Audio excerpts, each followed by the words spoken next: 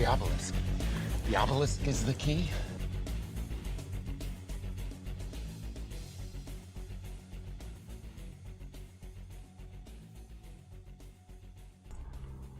Good evening and welcome to the Obelisk. Tonight we welcome back guest Nathan Day to talk about hidden history and stuff. Maybe a tiny bit of Basque stuff. And you can read all about him in the show description, because I ain't reading it. Nathan, welcome back. Long time no see. It's been Hi, about, Nathan. It's good to be back. About 24 Hi, hours guys. since I saw you. Just about. And it was just not even like 5 months ago. I think you were on the show here last. It was Not pretty even, recently. It wasn't that long ago. Yeah. Yeah, the seasons have flipped. It was dark out this time last interview, and this time it's still, I think I have 3 hours of sunlight left. Woohoo. Yeah, I know I do out here. Are you on the West Coast? Yeah, I'm in Washington State. Oh, so am I. Where you can no longer buy AR rifles. So sad. Yeah, our legislation here, our governor is a non-human evil thing. What governors aren't? Well, ours is frowning up there. I think all the West Coast ones are, stickouts. Aren't you guys like a sex change sanctuary state now too? Oh, probably. Yeah. I think. Oh yeah, they started that sort of stuff. Yep. Our governor is actually a template model originally created by Jim Henson to please the kids. Show me on this Muppet where Jay Inslee touched you. California's at least got a bit more spunk. I mean, Gavin Newsom he's Homelander. I mean, in real life. I know, it's so crazy. You know what doesn't get get talked about a lot is the fact that Newsom is Pelosi's cousin or nephew, right? Nancy Pelosi's nephew is Gavin Newsom. So he has, in fact, seen those. Oh, I hope. I'm so sick of how connected they all are. It's yeah. Well, you've heard that whole thing about how all the presidents are from the same bloodline and all that bullshit. I have no idea if it's true. Yeah, they're all within 10 degrees of separation. Well, that's not the same bloodline. There were people saying that, the I don't even remember what bloodline it was, but they were all shared a common ancestor. I thought that was all with the Habsburg stuff. If you go back far enough, you start getting, and you have any nobility or royal blood in you, it starts to be that kind of situation. So Suzanne's got royal blood. What's going on with her? Well, and so do a lot of us, Jerry. A lot of people do. So it's a joke too, the charlatans, right? Yeah. Everyone's related to Charlemagne. So there's that. I don't put a lot of stock in it unless it gets closer to modern times, and then you're like, ooh, okay. Yeah, of course. Neither do I. And I put too much stock into it as people say, I was Cleopatra in a past life. Yeah, right. Right. Oh, right. I was a princess and I had a forbidden love, and we were killed for it. That's right. How many times I've heard that? Oh, geez. Justin Stevens says it was a Merovingian bloodline. Well, the sacred Merovingians. That's the Christ bloodline, I thought. Yeah, that's certainly is. It's the Holy Grail. Yeah, the Grail, the Sangreal. Tom Hanks says. Yeah, Tom Hanks says. So wait. What does Tom Hanks say? It was a angels and demons joke. No, it was a Da Vinci Code joke. Is he not in Angels and Demons? He's in all three of the movies, but the Holy Grail stuff was all in the first one, Da Vinci Code. But Jerry's I tend to here think of like, checking us. Well, no, it's just I was a huge fan. So back in the 70s or 80s, this book came out called Holy Blood, Holy Grail, or Holy Grail, Holy Blood. I don't remember which it was. And it was the book that Dan whatever the fuck his name is, who wrote Da Vinci Code, read Dan Brown. Inspired him and his CIA cohorts to write the Da Vinci Code. So a lot of the things in the Da Vinci Code are based on this Holy Blood, Holy Grail, which was, I forget the author's name. However, one of them, so the character of Lee Teabing in Da Vinci Code, whatever his name is, Gandalf's name, Ian McKellen. Ian McKellen's character's name was Lee Teabing in that movie rather, and the book. And Lee Teabing is an anagram of the original author of Holy Blood, Holy Grail. His name. Oh, Easter eggs. Yeah, there's lots of... I love Easter eggs. There's tons of Easter eggs in Da Vinci Code. The book was amazing.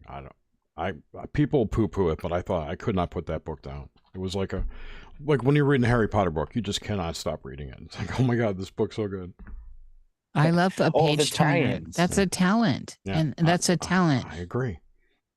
It was very well written. It was just gripping. And you finish a chapter, like one more chapter. I really a good love series it. is like that too when you're binging. Yeah, Yeah, I've been watching 10 hours of this, but one more and then I'll go to bed. Anyway, I apologize for hijacking. No, what are you talking about? It's amongst friends here. Well, Nathan was about to say something. Oh, I don't even remember. Oh, No. bloodlines. Yes. I treat bloodlines like I treat immigration. When somebody says, "Oh, I'm really Irish." Are you really Irish? How many generations has your family been here? More than 3? Doesn't count. Sure it does. Like, you can be Irish, but I know people that are first generation over here or second generation over here, and it's closer ties. They have living family in Ireland versus someone who says, I sent my stuff into Ancestry and I'm part Syrian. Oh yeah, I see what you're saying, Nathan. Yeah, we are American, and that's nationality. That people need to understand that. That's like that is such a small little sliver of something that needs to be understood. Because if you're born here, especially if you're born here, you're American. Right. But your nationality your grandma may have come from Ireland, and that's your ethnicity. Your nationality is American. Are you sure? Yeah. When I was talking in my linguist days, okay, I'll go with that. Nationality is your nation, which would be America. And nation, yeah, okay. I'm there with it, Jer. I'm there with it. People use them both ways. I'm annoying. But so the whole point there is I think they both qualify. But if you're born here, you're an American. Correct. Especially if you have, generations of people born here. Mm-hmm. And that's so strange. It wasn't until 1860 when that was also true of anyone from China. They were actually the last ones to become naturalized American citizens. Far after the Civil War and all of this, they still said it doesn't matter if you were born here, you're not an American citizen. Not till you finish building that railroad. Then we'll let you in. Speaking of... In the end, I hate these overlords, and I hate this power over that is prevalent and prevalent in our world, and no matter what nation you go to right now. And the shameless power grabs that are going on right now, too. Well, those are exciting, at least, because as a forced spectator, you have to root for something, and they're giving you plenty to root for. I'm rooting for nuclear war at this point. Oh, man. Well, my state is safe. So, yeah, okay. It's all about, so the whole thing is, it's all about how, so this is what's turning Europe. So you see everywhere the new Europeans and the new Irish and all that, and they're not ethnically Irish. They're from Somalia. Right. And still speaking Somalian. This is where it gets hot and heavy. And same here in America. So, and an old school siege and conquer, there was always that thing about kill all the men and rape all the women and get your babies in, right? And that stuff kind of, I don't know. This is all tricky water, but I have felt always that we should kind of honor. I just don't feel kind of like, I think we should honor what it is. If I'm going to Ireland, I want to experience Irish people and Irish culture. Same as if I'm going to any other country. I kind of want that experience. And so it becomes tricky. And looking at the way it all plays out now is, concerning, at least from where I stand. And I'm not going to take the show into that direction, but I think we should consider how militaristically movements have happened through time and how nations get sacked and taken over. From a historical standpoint, what we're engaged in right now is actually not immigration. It's colonialism by proxy. An immigrant is someone who arrives in a new place and assimilates to the ways of that place, to the culture. And we're not seeing that assimilation. We're actually seeing pockets of the world they left being brought to them. And it's an intentional subversion. And it's been going on for quite a while. But it is a softer, more Fabian method of the kill the men, rape the women aspect. Like characters like Justin Long are products of rape. When you look at his mixed lineage, he looks German and Mongolian at the same time. It's very strange. We have an entire generation of people with such mixed heritage from wars being fought like that. But right now they're doing it without war. Nathan, I actually think it is war. I think it's the new version of war. Certainly. Yeah. Without and that's hot the war, thing I a lot could of say. people, right, without a hot war. But at the same time, it's the new hot war because they can do it like this now. And it's taken it into this new realm of being. And I don't know. Well, personally, I don't like it one bit. So I find this to be concerning, and it seems so obvious to me. But when I look around, a lot of people are oblivious to this overture that's happening, that it's underway, that it's been happening, and that it's increased now. And now to me, all of this is looking more like a siege. And then there's big money behind all this. We've got, of course, George Soros. And I mean, there's all kinds of motivation for people to, I'm talking big money people, big money people to drive a narrative, but it seems most imperative to bring America down more than any other country because we represent something that is a little bit different. Whether you agree with what we represent or not, it seems like that is a target point here. We were shown to the world as the people in the world who have the most opportunity, the most luxury, the most chance. And that makes us a target. And so to make the rest of the world like us, they'll bring more people to us. And in the end, we fade out just as anything else.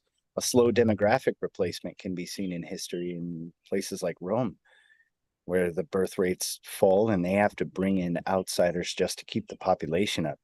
And all of a sudden, most of your serf class, most of your military don't speak the language or aren't from here.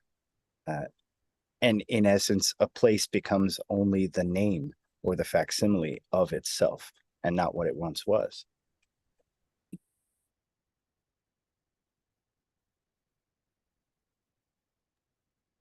So what do you think is looking at it now, and from the research you do and the analytics you do, what do you see? How do you see this playing out in, say, let's go a couple generations down the road? Well, history, and I've been hearing this so much lately, history doesn't repeat itself, but it sure does rhyme. So we look for the specific paradigm. Um, we can see past examples of the fall of empires, and because Dune is coming out, I focused on it again. If you don't, Dune is the story of the Ottoman Empire. Did you guys know that? First off, It looks really obvious to me, but I didn't for a long time. And just recently I thought, my God, this is right in our faces, of course. so they had the Bene Gesserit were written after the females in the court who actually had a breeding program for fanatical converts to lead. And you find the Ottoman Empire slowly replacing the demographics of their own aristocracy over time until you have outsiders ruling a nation of Arabs, essentially. So we watch for that demographic replacement at the higher echelons. We search for further paradigms. You can go back to early American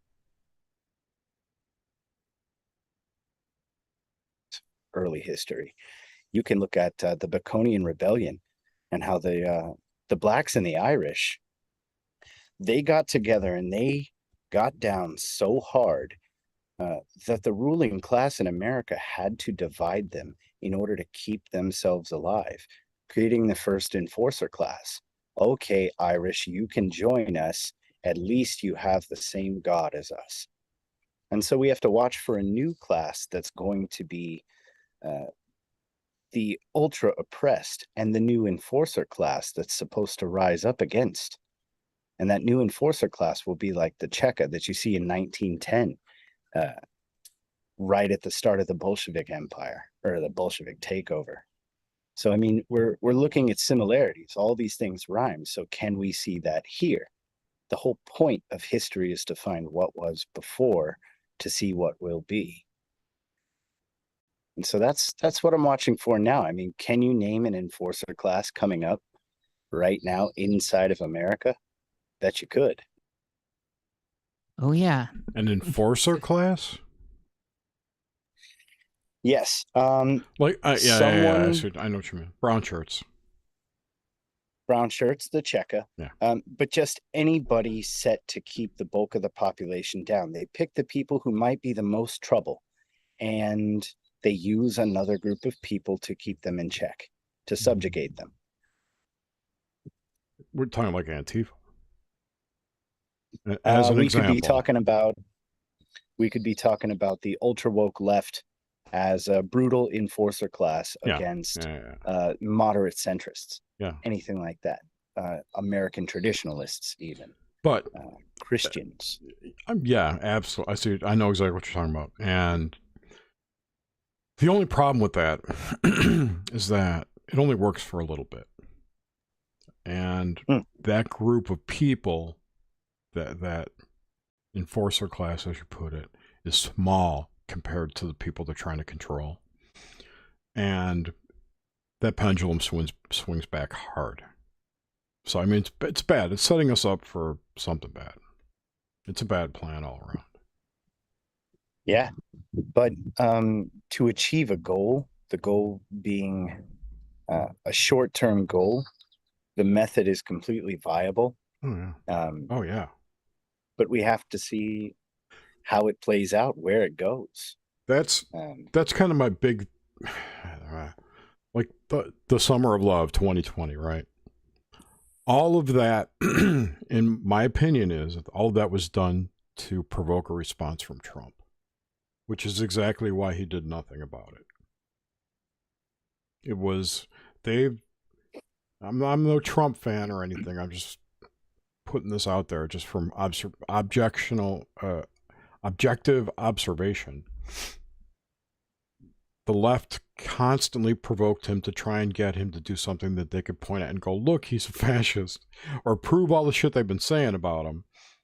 You know, none of the things that he was called a racist, fascist, Nazi, yada, yada, yada, is true or demonstrable. It's just words. And they desperately needed evidence for that. So that was I think, one of the biggest reasons for assembling and organizing all that. Well, yes, and we have, what's the year spread there? 2016 to 2023. We're still in the midst of it. And I think it's going to go to 2025. Yeah. But we have a historical precedent inside of America for this, and that was the flower power hippie movement, obviously ushering us from the 60s into the 70s, a years-long push to destroy the American family. Yes. To take children from their parents on a moral level, which actually was a great success. And you can call the end of that era the Stones concert, where the Hells Angels ended up stabbing a bunch of people because they work security. So we've seen a thing like this before. But wasn't that whole Hells Angels thing kind of a false flag of sorts or something? There was strangeness around it. I'm sorry. Keep going. There was. I will shut up. There was. Yeah. But this is a historical precedent. We saw something move in society in the 50s, and I say we, I mean the nation's leaders. They saw that the civil rights movement, which was calm, which was gaining attention, and may have taken an additional 10 years to get where they pushed it. They pushed it before it was ready to divide a nation. And this went all the way through the 60s, all the way to the 70s, where people were so tired that they had to give them disco, blaxploitation films, just to calm them down. The 70s was very calm compared to the decades surrounding it. And so I think unless we have a massive upheaval coming, they're going to have to quiet down for a while.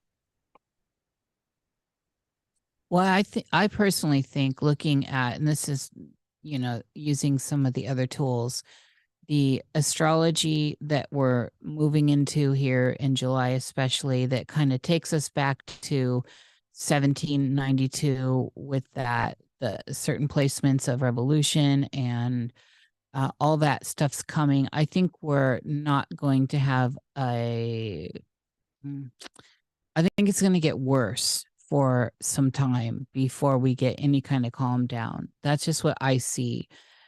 And there's a lot of ways in which I find myself to that conclusion, but astrology is just one, both Vedic and the Western astrology, but also the energetics and how this is amping up. And we find ourselves in this kind of uncanny valley of craziness, of cartoon world, of Disneyfied space, and nobody's on the same page. Language is falling apart. And so we can't even communicate properly. And then, of course, we've got ignorant people everywhere that don't even know the capital of the United States or the president even, and just basic stuff. 8th grade level is a high standard now, if you're looking at that for the culture around us, which used to be the standard for newspapers. That's like almost too high now. Most people are not at 8th grade level. And so this is not going to play out well here more recently, because everyone is being agitated intentionally to kind of present what is looking very warlike or purge-like, or pitting everyone against everyone for a bigger agenda. The Hegelian aspect to this is just completely in our faces. And, plug in the digital interface of what we're looking at as this moves forward. And this is, of course, uncharted territory. So there's a lot of what ifs, or how could this play out? How will this play out, that are in the mix here with this very hot war we're in, but in the new age hot war. Aaron brought up a good point, or made a point in chat. He said, there's a natural disaster coming that even they can't stop. This is why things are happening the way they are. These systems of control must be put in place. Yeah, I Oh think yeah. that there's a. I'm agreeing with Aaron Yeah, on that. I am too. It's in the mix. I am too. So If you listen to that Ben Davidson, oh, I think we all everyone, know what it is.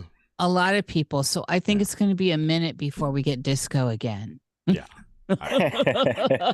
We have to go all the way around again to get this go. It ain't coming in the future, in our future. But the 70s had their flair, and it's a reminder of looking back. And this is, Nathan, this is what you do. I think this a good time to actually just introduce Nathan a little bit to people that may not be familiar. What is, you're a psychoanalyst, right? What? What's your history here? Who are you, Nathan? I'm no one. I am a support character, and I think more of us should exist. I think that I totally am. I'm borderline NPC. I'm so support. I feel like I'm playing Zelda now. In a world where you're either somebody or you're absolutely nobody, I think that message of fame is one of the most detrimental things that goes on in the first world right now. And I refuse to be famous. I've been contacting people in the hidden history world for years now and just saying, can I help? Have you seen this? And I form a few relationships and I help out. It's just that simple. That But role you is needed more analyze. than anything else. Oh, certainly. You deeply analyze everything, and you put stuff together in a very in an incredible way. And this is what I'm getting at is you might these are humble words. I like them. Also, I think a lot of people in our realm here, none of us are seeking big, the big spotlight. I certainly am not either. I like the underground, lay low, fly under the radar as much as possible. It's the first red flag when people start reaching for the sun and holding it above their head like a golden sphere of mesmerism for people to see how famous you are and how well we could go into it, the Stu Peters of it.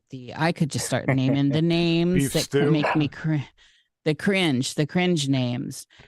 So, but what it is about you, Nathan, is you deeply analyze. It's not like you're just op-edding everything. You're actually doing analysis. I have to. I think we all have to. And I will say the dumbest things anybody's ever heard most of the time. But occasionally I do get it right. And occasionally there's some insight to be found if you're willing to be foolish for long enough. But I do agree with what you said. We all forget too easily that we wear wax wings. But history, we're in a time period right now that is the intentional fruition of decades and centuries toward goals that we cannot, even the most educated of us, cannot even decide on. We don't know an end game, the end games of these. We can only see the processes. And I think that's supremely interesting. And I think we've been here before. Oh, absolutely. I'm feeling that. Yeah. So well. I equate this period, this era, if you will, to I'm going to call it myth of Atlantis, right? That they were this great civilization that got super technical and then blew themselves up somehow. And I think we're at that precipice of, and whether that's a precautionary tale, a myth, or even reality, if it's in any way true, I think that we are at that point right now in our civilization, worldwide, not just the United States, that we are about to either blow ourselves up, just like the last civilization and the one before that. I think it's a cycle, just like you said, we've returned to this point, and it's a fascinating time to be alive. What really gets me is when I remember cyclic catastrophe, and it is quite a bit to remember the ins and outs. the last 200 years make a lot of sense toward that end. When you read Toffler, Alvin Toffler did Future Shock. Information Warfare and Future Shock and the Third Wave. And the Third Wave, which is like a sequel, yeah. I read them. Yeah. Those books talk about paralyzing a populace through the inundation of information, most of it being true, but so much that you can't act upon it because you can't decide what to do. It is an overstimulation, and we're living in that right now, and it's beautiful. Not to mention, because Toffler wrote that in the 70s. Or even earlier. 60s and 60s and into the 70s, yes. I think. Yeah. Yeah. I mean, that's so prescient to have that he saw that in his world then. Imagine what he would feel like it was. I'm pretty sure he's dead, but imagine he did. The difference. I mean, it's exponential from the 70s to now as far as information.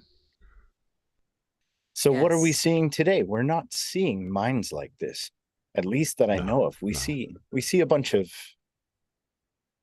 pontificators and sophists and mongers of all things. But where amongst us are the men and women who say, this will eventually become this? I'm having a very hard time finding anybody that can still their mind long enough for the analysis to provide some prescience like we used to see.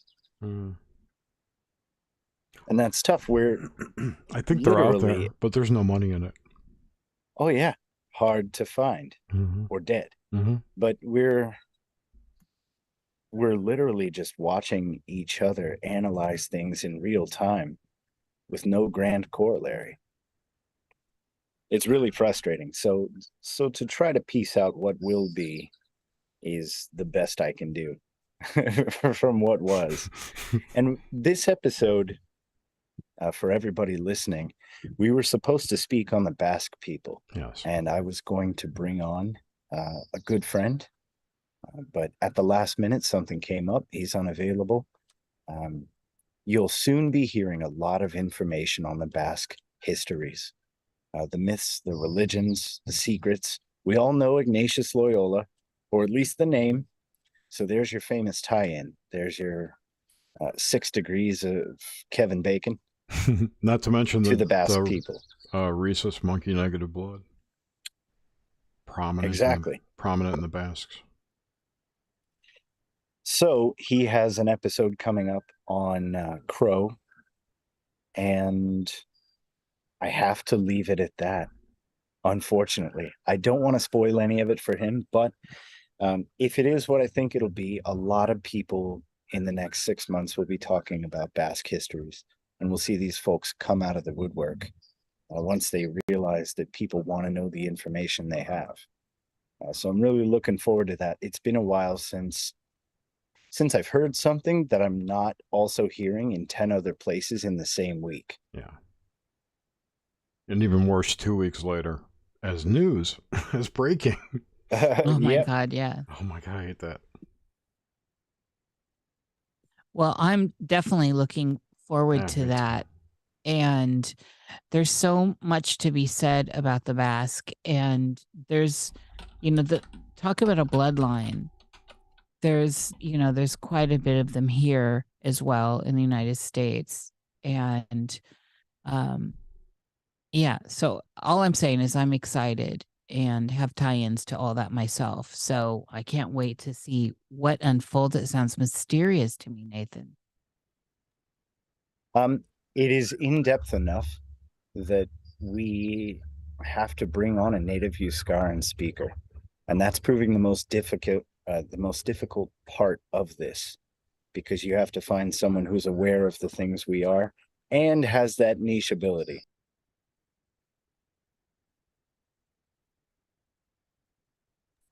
So in this, looks like you're looking anyway. So I'm sorry, there's a fire truck or something, and I feel like they're just doing donuts a block away from me right now. You start mentioning the Basque. So What are you interested in right now? What are you, besides the Basque situation? It seems like you're in the know of that. But what else? What's going on that has your attention as far as looking at our historical stuff? What's going on in context to how these overtures are happening around us? What is going on with you? So here they are, a block away. Can you guys still hear me over that? I can't hear that at all. So Oh, beautiful. My noise cancellation's working. It's deafening on my end.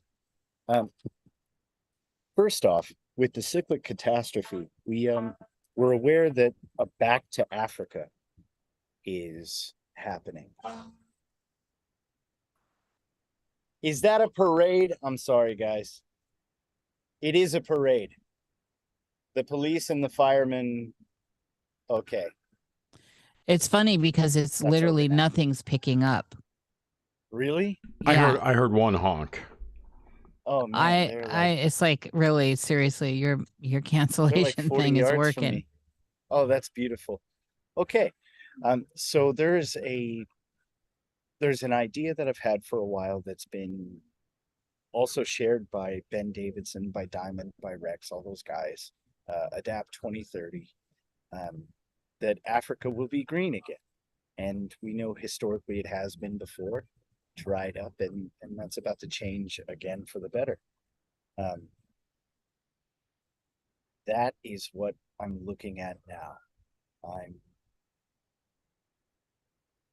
focused mostly on the water, ancient and worldwide, but also contemporary. There is a new mega dam coming, the Grand Ethiopian Renaissance Dam. Have you seen it? No. Have you heard of it? No. No, this is new to me. They're gonna block off the Nile at the base. Oh, I think I is new? have heard a little bit about that. Yes. I didn't know that it was getting traction. First phase of filling the reservoir began in July 2020, and in August, the water level was increased to 540 meters. This thing is, they have a support dam that is one of the longest support dams in the world, and you're looking at a 500-foot dam above the water. This thing is going to dry Egypt up.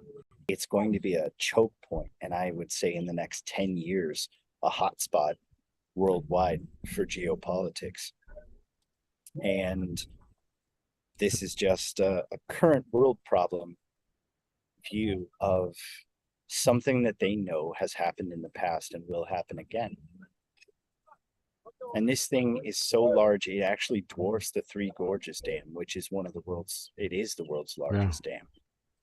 Took 9 years to build. Yeah, this thing is massive. But they're calling it the Blue Nile Mega Dam. And so I've been watching to see exactly what's going to happen as the Nile changes and as all of Africa greens again. So the funny thing if is, they're China. Sorry, go ahead. Continue. I was saying if they're restricting the flow at the source of the Nile, it's so small compared to the body of water that's, what is it, the Mediterranean? I don't even know what that is. What is it? It's the Med. Is the Med. The Nile's tiny compared to that massive body of water. I can't see restricting that as being able to green. We're talking the Sahara, right? That greening. 95. Oh yes, but there are massive aquifer systems underneath.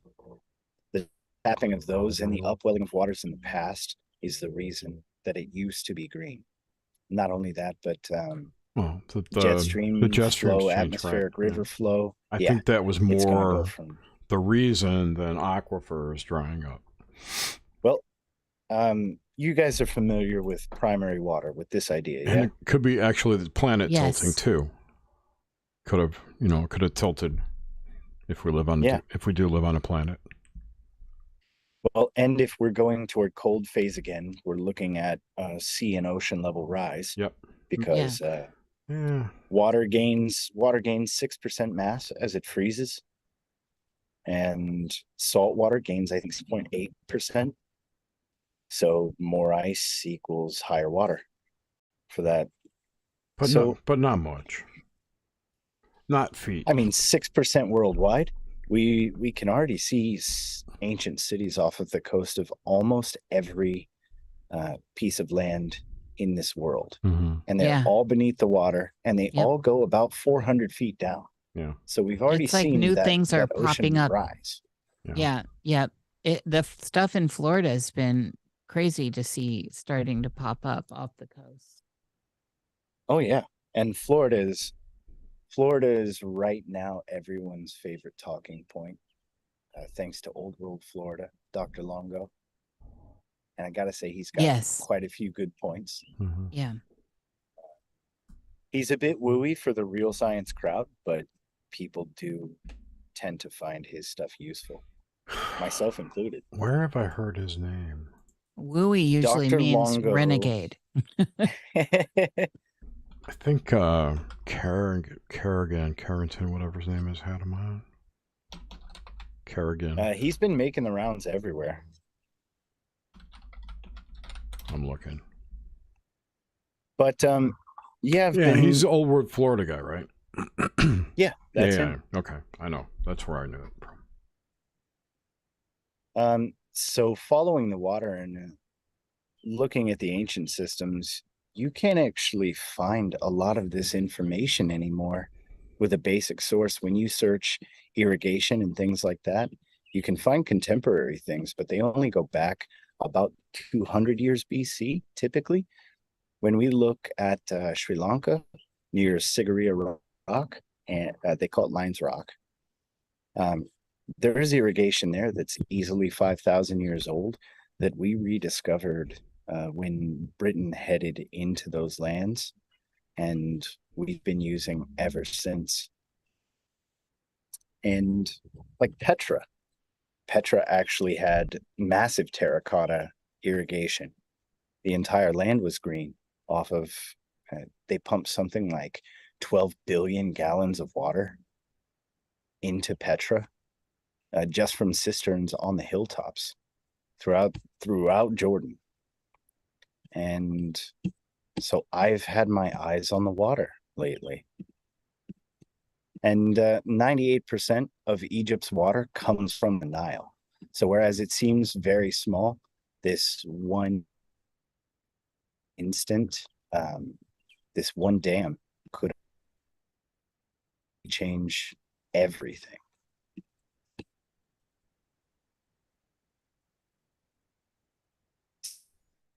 Or if that was underwhelming, you asked what I've been into. I just, I can't get enough of it. Oh, that was not underwhelming at all. Sorry. I thought I was talking and I was muted. Anyway, so how does Egypt feel about this? Do we, is what's going on with this? Because it looks like this could, well, it seems like it could be very... I know it's been going for 3 years now. What was it called again? Nile Dam. The Blue Nile Dam. Egypt is losing it. It's a grand Ethiopian Renaissance dam is what. Yeah, they swear that they're not going to choke off the river flow. They swear they're not going to do anything to it. But Ethiopia as a country, I just don't buy it. I don't at all buy it. And that's what I'm saying. This seems like it could get nasty. And, so nasty that, if you get upset a country that's losing out on its water source, we're talking about warring stuff with blowing that up and all this, possibly. These are things that could possibly happen when you take away a major resource from a country that's in basically desert-like situation. Well, we've seen historically that every time cyclic catastrophe affects China, it decimates their populations. And so we've been seeing financial colonialism happen all throughout Africa. And it seems like this time the Chinese are prepared for what's to come. They have things like large-scale loans to African countries. And when the countries default, instead of taking them over or putting sanctions on them, what they do is, it's written in the clause, if you default on this loan, we now control your port for a 99-year lease. And so they've done this to a number of countries. They got Shanghaied.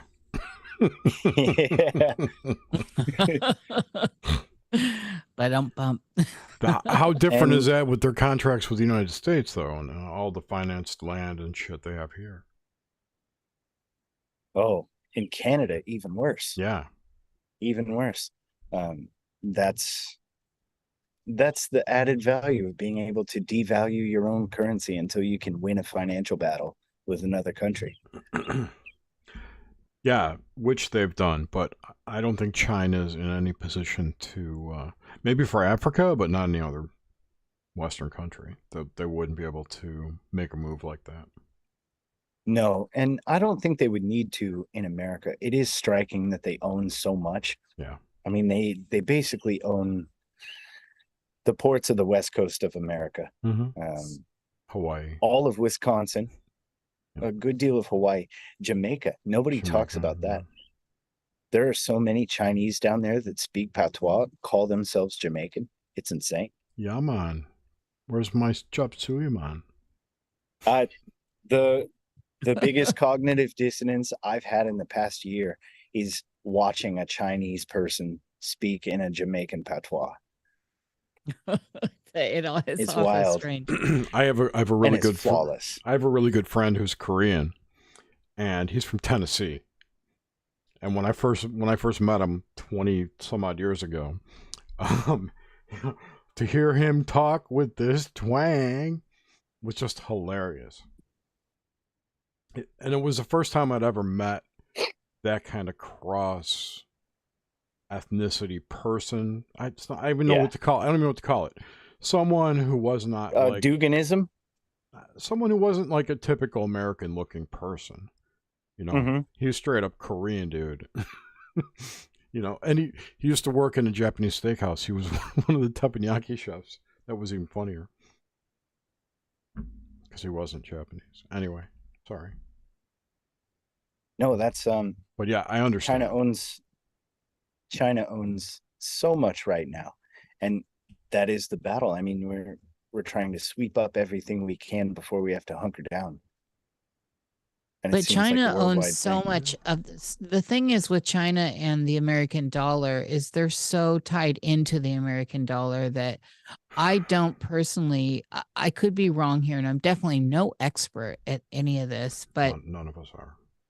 I don't see why China would want to have the yuan, China would want to have the suppression of the dollar because they're so invested in it. And that's part of this. Lord have mercy. Hold on. I don't think that I don't think it's the Chinese that are depressing the U.S. dollar. The yuan, no, actually, it's the central banks that are doing that. From my opinion.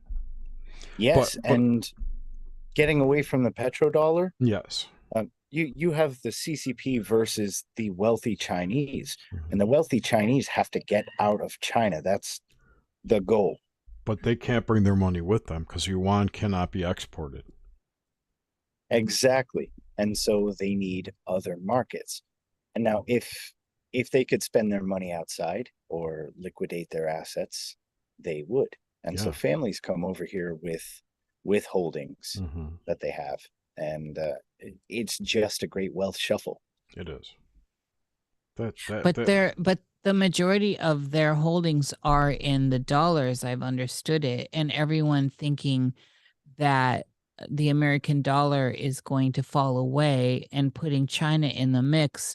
It doesn't make sense to me when we start to look at the pivot records on all this, and it just doesn't make sense to me. I can see it with other other nations. Like it makes sense with other currencies, but the Chinese one that everyone seems to throw in here is China's gonna financially take over and push the. Yeah, I don't see that. That's what I'm saying. It's not possible. No, and that's ignorant on a willful level Yes. to the people saying that. The CBDC will remedy quite a bit of this. Correct. Getting away from the petrodollar and getting toward the One Belt One Road initiative will fix a lot of that as well. And BRICS will also take care of the rest of it. Once, if they get the CBDCs through, then the BRICS will take care of the part they missed. Yes. But then BRICS will be just integrated. The CBDC and BRICS will be integrated. So, I mean, it's all going to... Eventually, they'll get to the one currency they want. Yes, so you have the wealthy Chinese hanging on until the shift happens, and you have the CCP keeping them in the country until the shift no longer matters for their own wealth. And then in the mix, the thing we do have is the Chinese credit system. So the social credit system and all that tied in. I mean, that's been underpinned here for a long time when social media is like My Life and stuff like that came in. Of course, TikTok, and there's a whole bunch of stuff that is tying in. So I can see on a certain level why the Chinese are a threat because of the whole communistic aspect and the way in which we're turning here towards that kind of situation. The deeper into the digital world we get and tied higher up the scaffolding as far as into all this, basically. Yeah. And there's definitely things that need to happen before they can implement social credit here. They obviously need some kind of digital ID for everyone, and they have to have a certain amount of compliance. And of course, there'll be a grace period, but then then it'll be mandatory.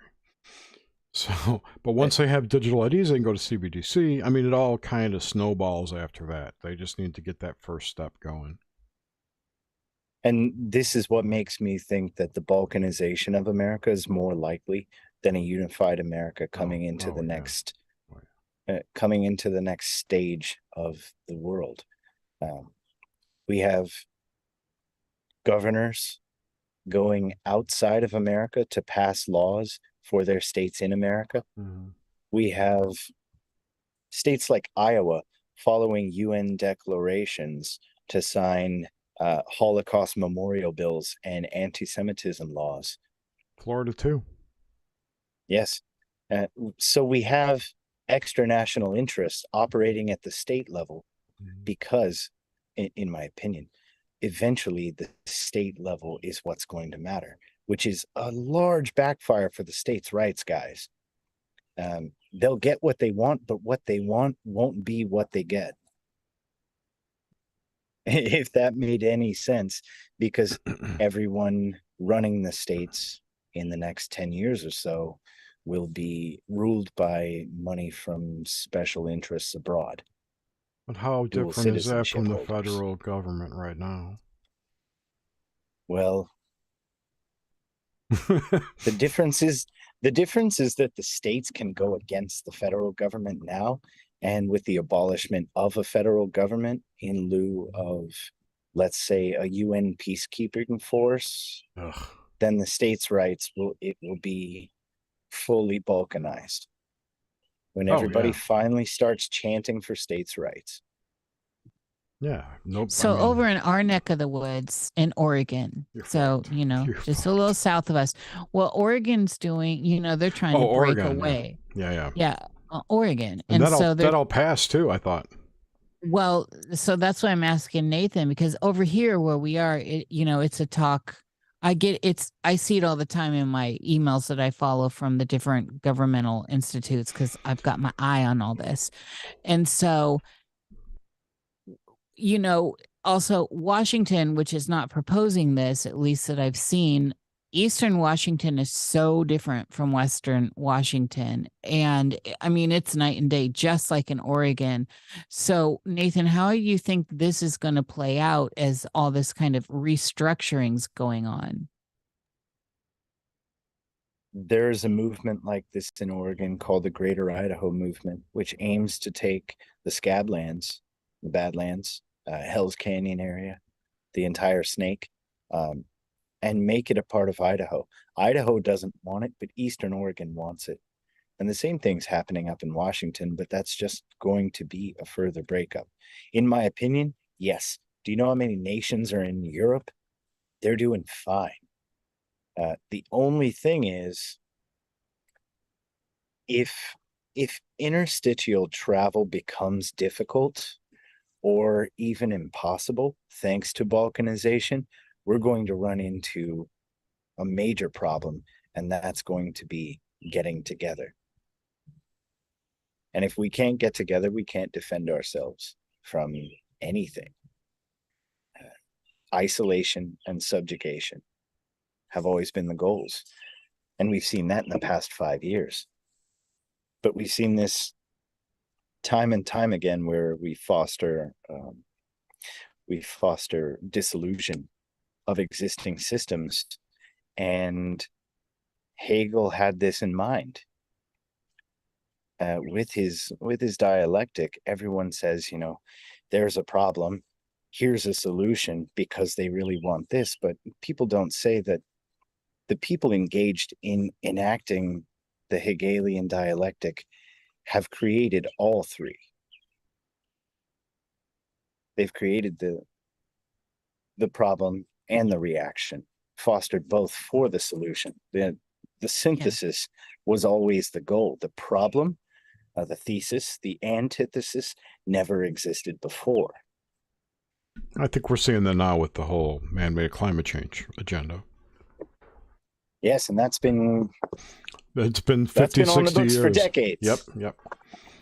Since I was a kid, I've been hearing how, the planet's at a tipping point. Yeah. We're at a tipping point. Okay. Should be tipped by now. And that's it. If they can waste your time for the bulk of your life, then their job for their generation is over. Exactly. Yeah, I mean, 99% of the shit you see every day, especially if you look at like Twitter every day, like unfortunately I do. It's all distraction. There's very little news on there. There's a shitload of news, and it's all pretty much real time, which is really awesome. However, it's all distractionary news. It's all meant to distract you from what's really going on, because the major things that are happening, for instance, the fact that the FBI was going to be held in contempt for not turning over some documents that Congress subpoenaed. Nobody heard about that. No. And that's it's future shock. Yeah, it is. They want you so inundated that you don't know what to be mad about, and so you end up being mad about something petty. Yeah, like Pride Month. Look at all the people who are outraged over Pride Month. Like, what the fuck? Who cares? I've seen a few flags. That's it.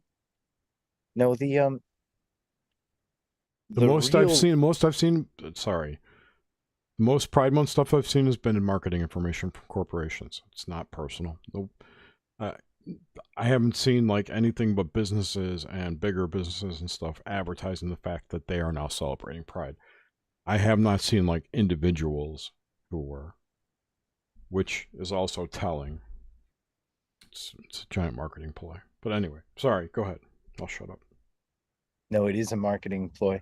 And companies we don't spend our money on anyway, losing money and us reading about it is somehow something to cheer about.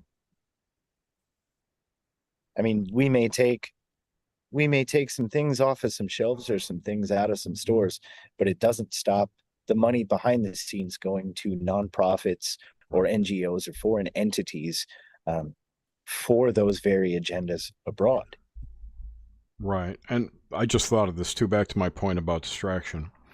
The reason behind these companies doing this big marketing push during these specific 143 days of holidays and days of awareness for the LGBT movement is solely to get their ESG scores up, because it's cheaper for them to get money and easier for them to get credit when they've got a higher ESG score in today's large corporate environment. So that Yes, and I've been that's a big major sorry, thing. continue. No, I was going to say that people don't see that because that's what they're being distracted from. What's going on behind the scenes? There's Well, this nobody whole who ESG infrastructure being built, and it's ridiculous. Sorry. and ESG is just, I mean, it's one flower in the pot, and you've got a bouquet of bullshit. Exactly. And the funny thing is, that's not even the decided upon factor.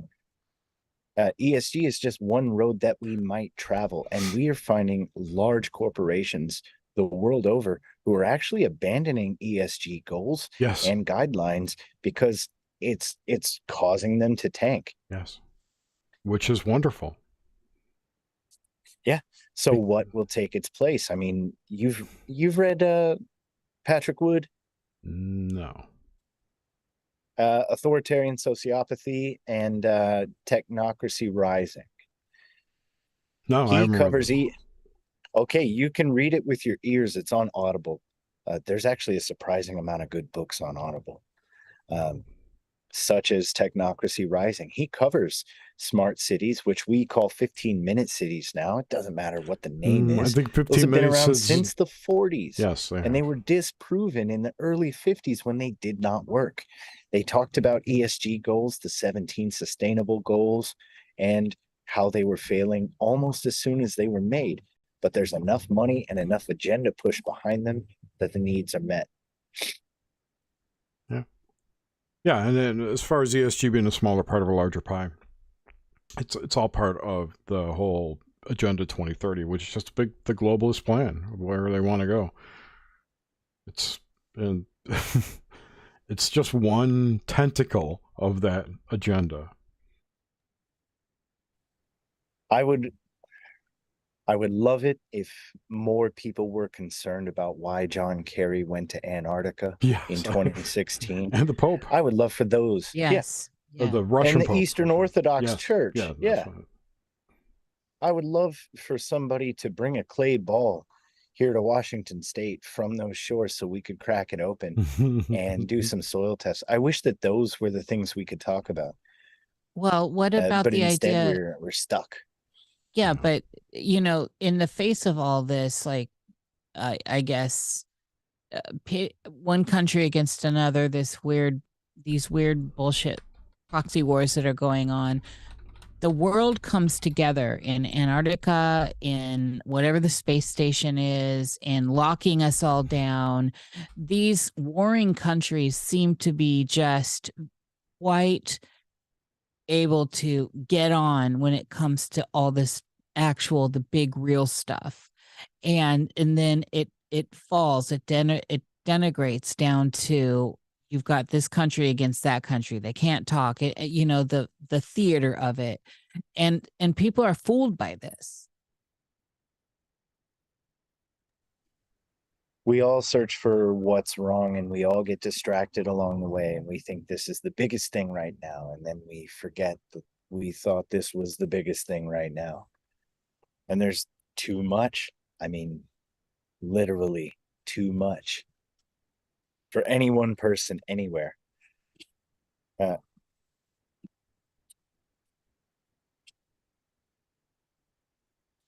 So what are you thinking about? This is like shockingly, to me, shocking that this is getting pushed so fast and so hard right now. All this ET alien stuff, UAP stuff. I mean, with stuff happening in the big news, fed to the common folk, coming from governments now, which is what they all wanted. It looks to me like there is some sort of component here, whether you believe the von Braun side of it or you think it's real, whatever. It does seem like everyone's getting prepped for something to be falling out of the sky, essentially. Well, was it H.G. Wells or Jules Verne that wrote Things to Come? Do you know this book? Jules Verne, I think. So in this book, he talks about a society that is technologically advanced. That was Wells. I'm wrong. It was Wells. Yeah. The society is technologically advanced. The technology is sequestered, and the people made over the course of about 100 years to forget that it existed. You know, story passes into myth, myth into legend, and all is forgotten. Which is The also advanced. it's a communist tenet. Yeah. Which Wells was a well-known socialist communist. So I mean, I would expect that. Yeah, go ahead. Yeah, he brings up an interesting point or trope, and we've seen this with the people from Gaia. But a society technologically advanced leaves for 100 years, 200 years, and then comes back and is so far advanced from everything they left that they just rule.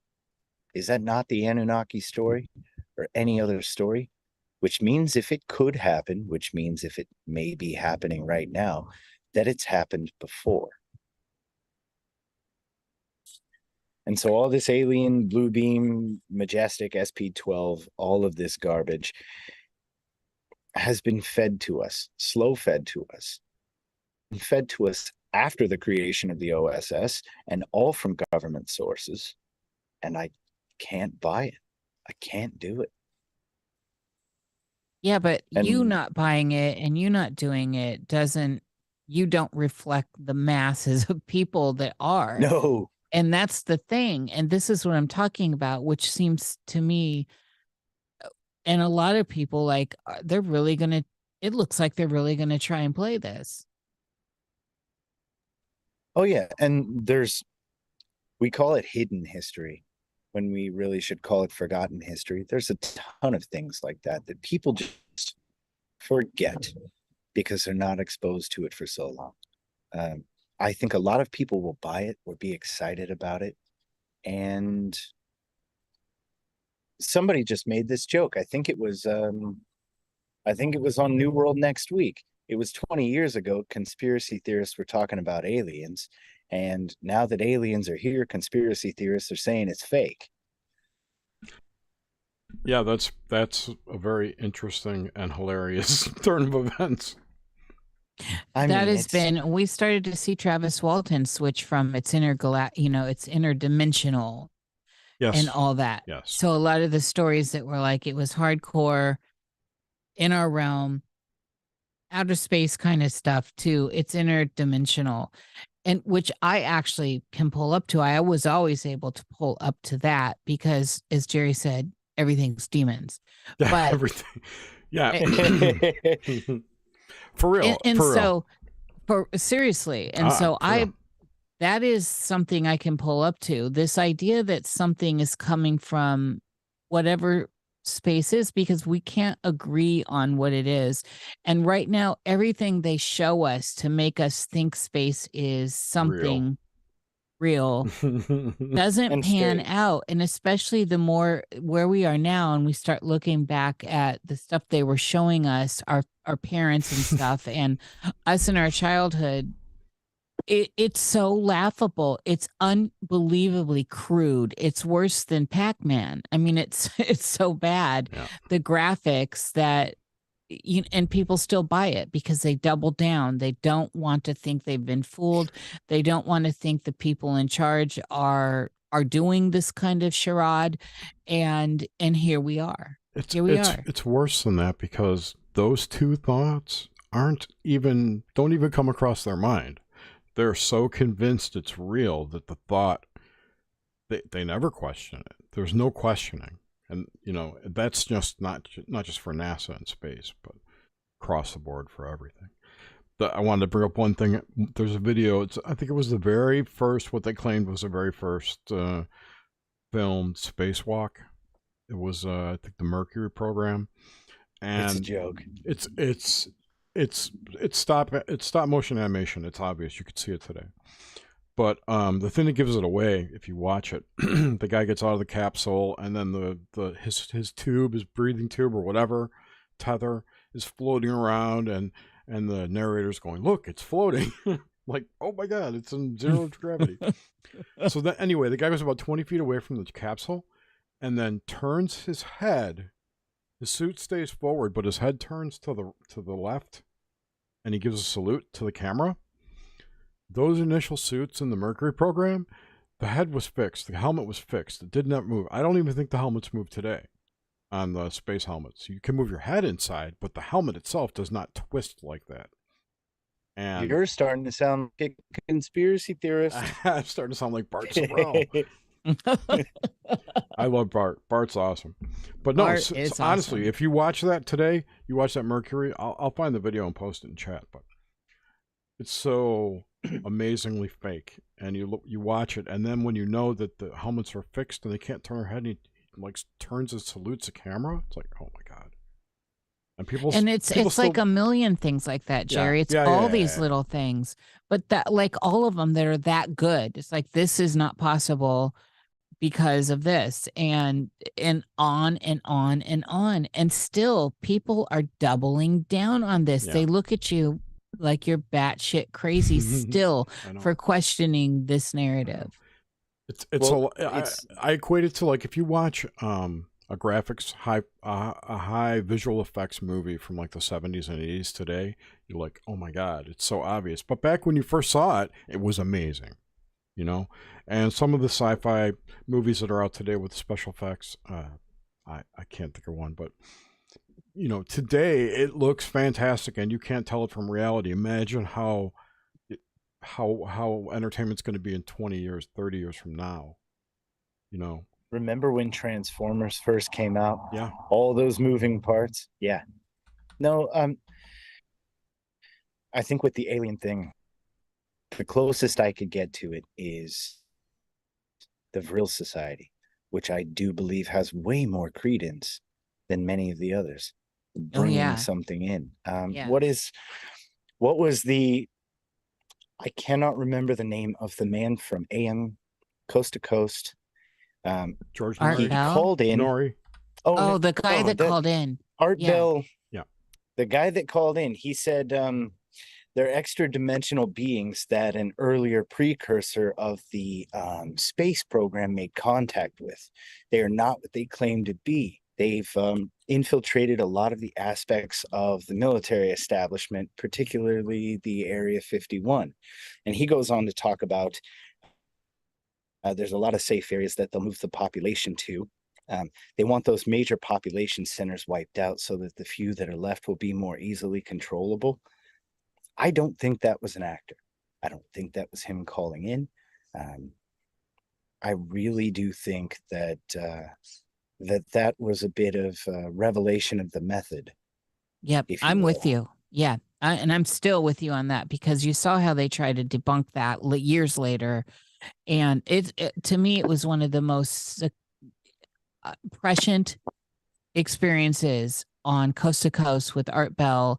And it was intense and it was riveting. And to me, it still stands. And again, we always end up with these bots or these something that want to misdirect us from something. That thing felt real. That situation, like in my gut, felt real. And now look at where we are.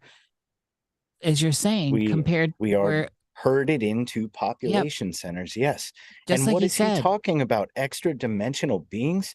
He's talking about the culmination of the very goals and tenets of the Vril Society. When you read their, I guess you could call them founding documents. And what do we harness? We all pretend that everything is through the airwaves and off of satellites, but 98% of our communications and technology is still wire and ground based. So what is going through the air? I think that there should, in our circles, be a resurgence of conversation on the aims and goals and even the profundity of the Vril Society. With you on that, totally. And, you know, you mentioned the Vril Society, and it's funny how, just like anything around all that, the knee-jerk responses people have. And it amazes me that anyone that's an investigator of any kind, questioning reality, looking into stuff, that has these like no-go zones.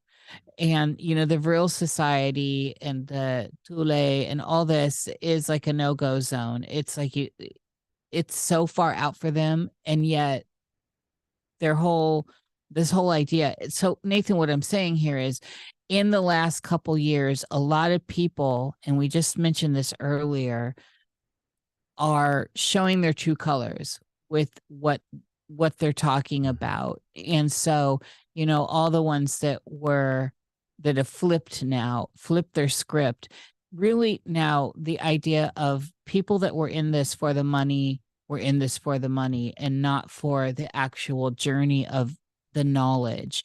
And so the room's smaller, and these people won't touch that stuff. They won't touch it because it's not making them the money, because society in general is putting the kibosh on it. You can't say Vril. Are you kidding? In the world where everything's Nazi, No. Nazi, you can't say Vril. But it's also nobody talks about it. It's a very deep topic that requires attention and thought, which a lot of people don't have the patience for anymore. No, and we put so look at Hellboy, look at Full Metal Alchemist, the movie. We see Thule, the Thule Society. We see that gamified in our media. And the Vril Society, the closest we get to the Vril Society is Gremlins 2, where there's a fucking electric gremlin. The closest we get is Tomorrowland, where they put in plus ultra Easter eggs. Yes, all over the place. That's it. We don't actually take the Vril Society seriously. And I'll tell you about these content creators. I personally, finally, you mentioned psychoanalysis. Here we go. You know why people love Owen Benjamin? Because they watched him break down and change his mind about something. And so these people that avoid topics because it would make their past work seem silly or wrong, those are the disingenuous. The people that can lose it on camera and say, oh my God, no, it can't be flat. It's fucking flat. Owen Benjamin won lifelong fans because that is how we all felt. And so these people are there. If you're grifting, that's the best way to grift, and you're missing it because you're trying not to look stupid, changing your mind. Real people change their mind. Absolutely. And real people, and you should change your mind. You should be open to changing your mind, and you should be able to allow yourself and the people around you this kind of space. Otherwise, you're controlled. You're being handled, maybe not by a person, but definitely by a societal movement, by the propaganda around you, by the brain entrainment. And it says everything. I think that for me, to see the flexibility of some people that can flow with information and listen to all kinds of information and come into their own, right? And then start to see how synthesizing the new data has taken them further down the road. When it's almost scary to me, script-like, when you see someone saying the same thing 20 years ago, and they never left the narrative, despite, again, the moon thing 50 years ago or whatever that was, and they never let it go. The doubling down is such a deep psychological, internal way of not threatening the overall, I guess, I don't even know what I'm saying here. It's a threat to the personality that is running your script. It's a threat to the I, the id. It's a threat to admitting that the reality around you was not always what you thought it was. And some people can't take that on a psychological level. Their emotional nature can't take it. Their we're all adreno drained right now with being locked down, being controlled, seeing all the hands. And so they just shrivel into the old ways that seem comfortable, and it's not doing anyone any good.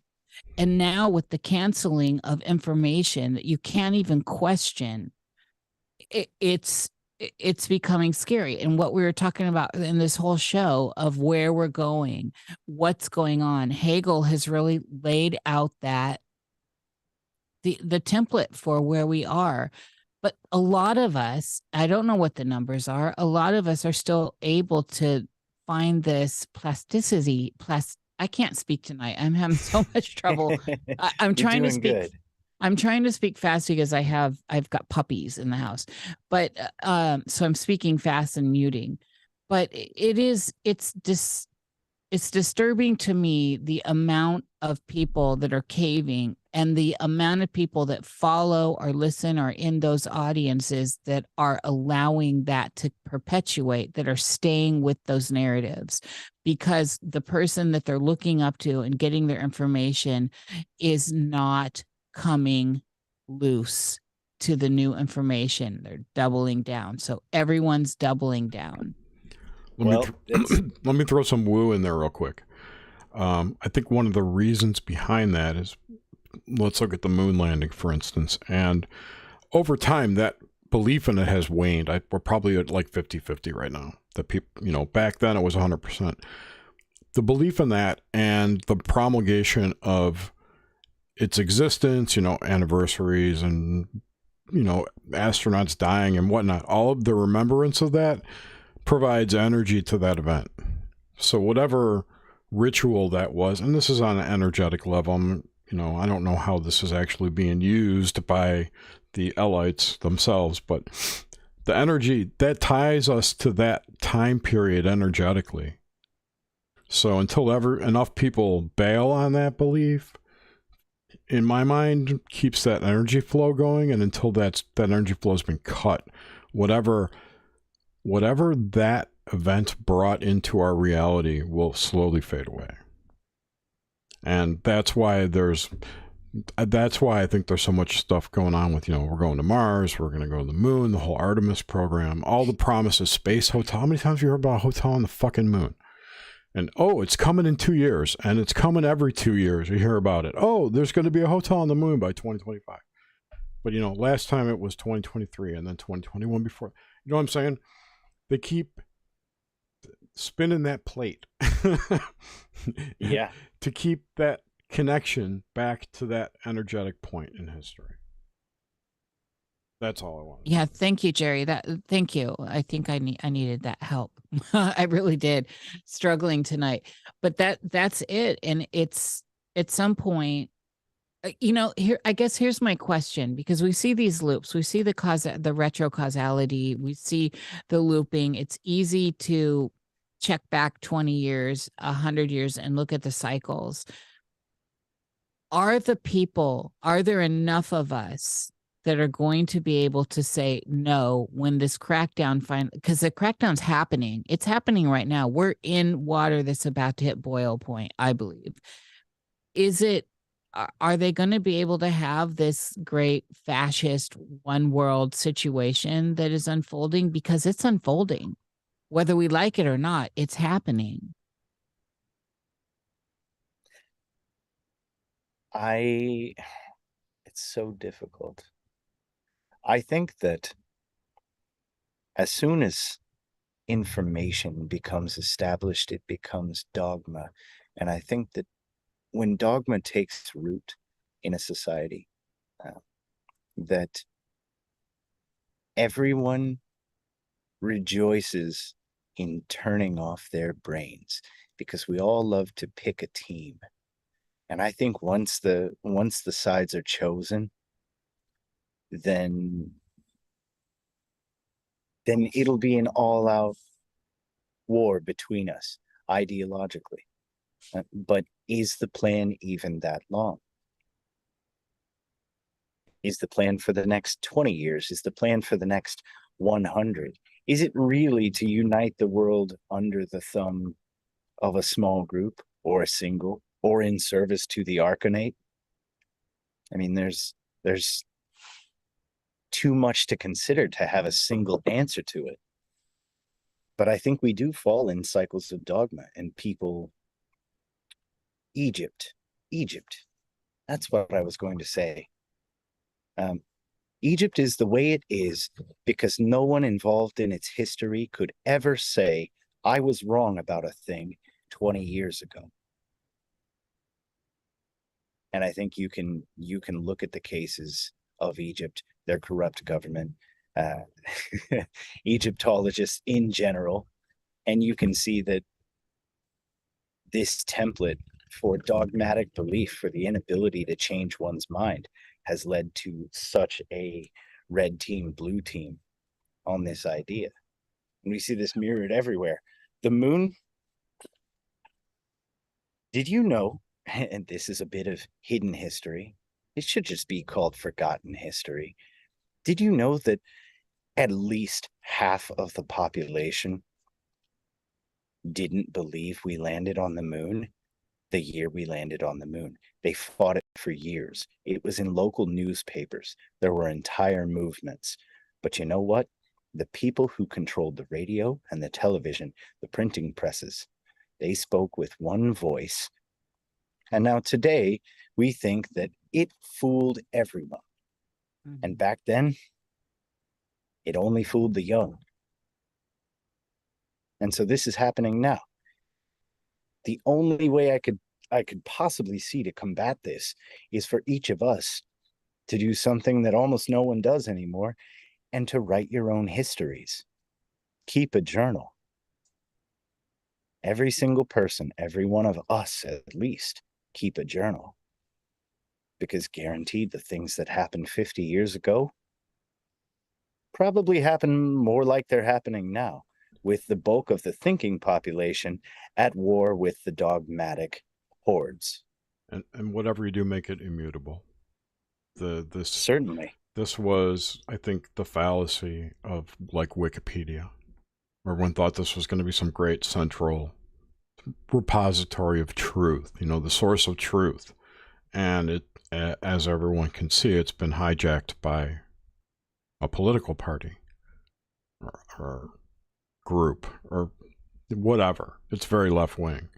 I don't know how to categorize it. It's been hijacked, so you're going to only get their side of the story.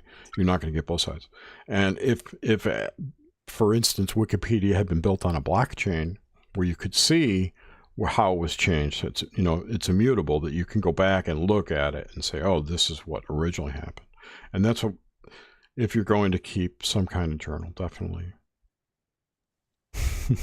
Certainly. And this is where I get a little Ted Kaczynski, because I believe it should be paper. I don't trust this digital medium at all. I mean, what do we do now? The ultimate hope against a technocratic global civilization, with you holding up the foundations on your knees, the only hope against that is a worldwide electromagnetic pulse, which destroys everything we've been doing allegedly on the internet. Allegedly. Or everywhere. Yeah, allegedly. I don't believe EMPs are real. What? Never seen one demonstrated. They're only been in movies. Okay. On Fridays, we do a real science segment. Mm-hmm. And if you're ever interested, this is with Andreas Exertus and Burn Eye, the science guy, and a lot of other guys, all of which have made over Unity devices and shared them in real time. They can demonstrate an electromagnetic pulse and its effects. If you'd like to come see, I would love to. Yes. I would love my mind to be exciting. changed on this, because I've seen no evidence. All right. So plain and simple, I think that. But getting back to your point, if EMPs are real and they do come, that would be the end of everything digital. You'd have CDs, but you couldn't play them. You'd have DVD storage. You'd have your hard drive, but you couldn't plug it into anything. And this is actually a huge problem in the minds of men and in these societies that are adapting to the current world, we have a lack of a skald or shaman or storyteller or wise man or magi, anything. Nobody remembers anymore because nobody keeps the stories. We all trust things to a device to remember for us, to a paper to remember for us. And I think that the practice of history being told through story is something that's going to need to come back. Now, I haven't gotten to the solution. I've only stated what I want. If anybody's got any ideas on how to get there, you can always find me as Stolen History.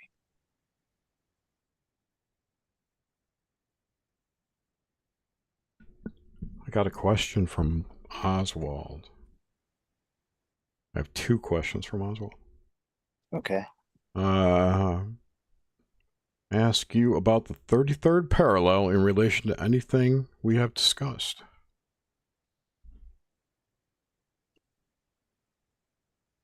Really? Really? Okay. First, Oswald, I think we did this last time, and I think you think I'm another Nathan. However, the 33rd parallel instantly evokes the ideas that, or everyone shouts the buzzwords I talked about, like hating last time, of sacred geometry, building in a specific place on a specific spot. Could it be that installations or stations or safe houses are being set up there? Could it be that holdouts exist there, entry or exit points?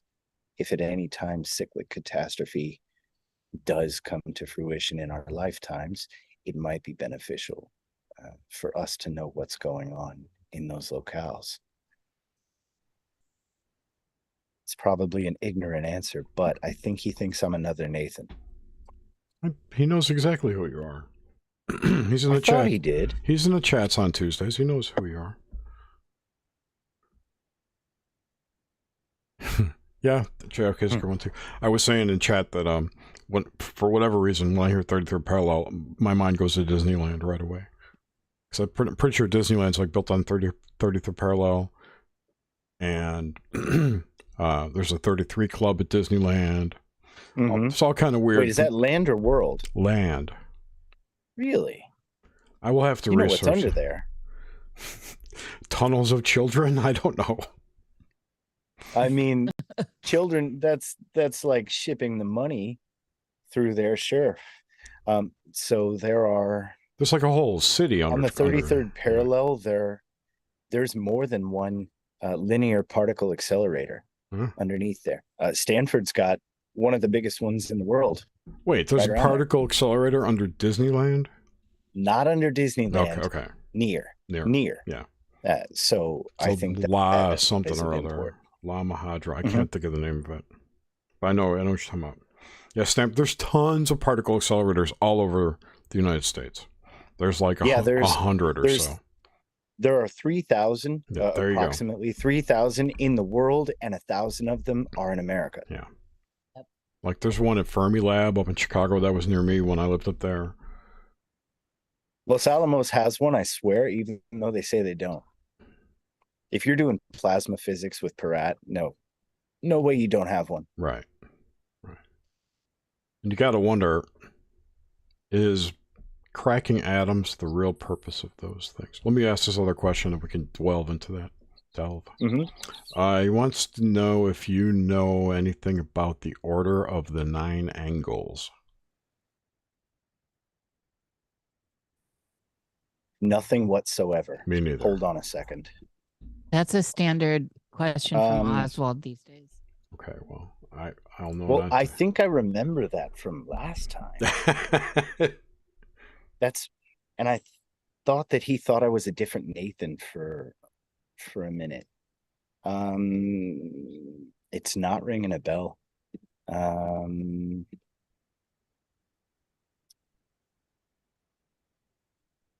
Yes, it is. It's esoteric Satanism.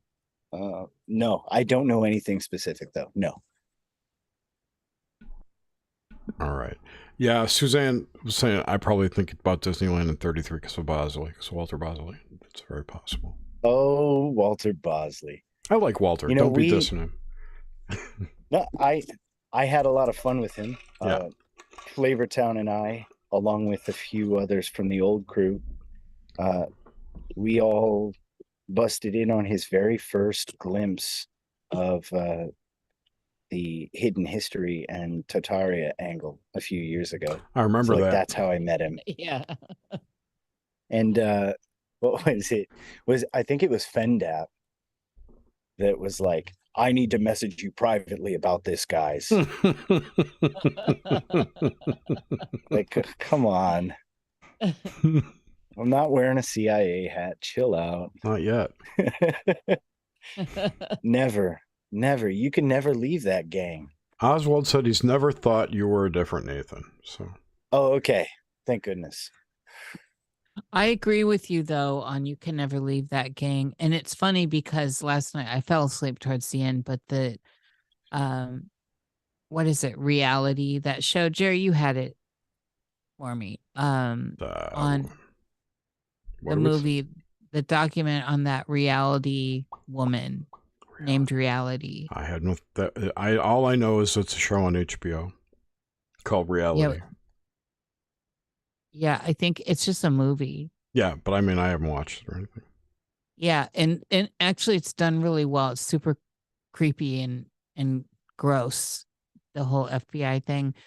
And I don't like any of these agencies. They offend me, all of them. And this whole, I don't like power over, and I don't like people that exert it. And I could go down that road, but it's just not the charter of the government. They're there to serve us and provide services, and now it's like becoming very authoritarian. But yes, go ahead. Just people that come at you with fear. Yeah. No matter what, because of their badge or whatever, and they come at you with fear, and they, this old psychological trick of trying to get people to comply, and I'm the law, and I'm the secret law, I'm the, we're the real law, etc., and is backing people up and throwing around this law and that law. It's just, and that people capitulate with this stuff is how this has gotten out of control. That we allow this is part of the problem here.